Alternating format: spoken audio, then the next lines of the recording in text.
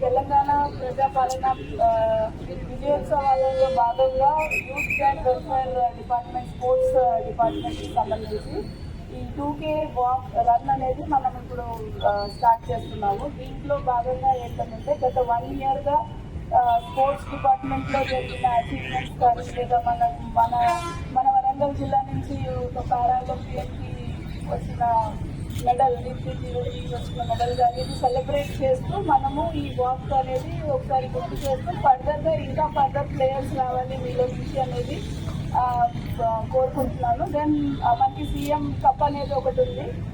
So mandal level competitions and district level competitions other స్టేట్స్కి వెళ్తారు మీరు. సో ఎక్కువ మెడల్స్ వరంగల్కి రావాలి అని కోరుకుంటూ థ్యాంక్ యూ.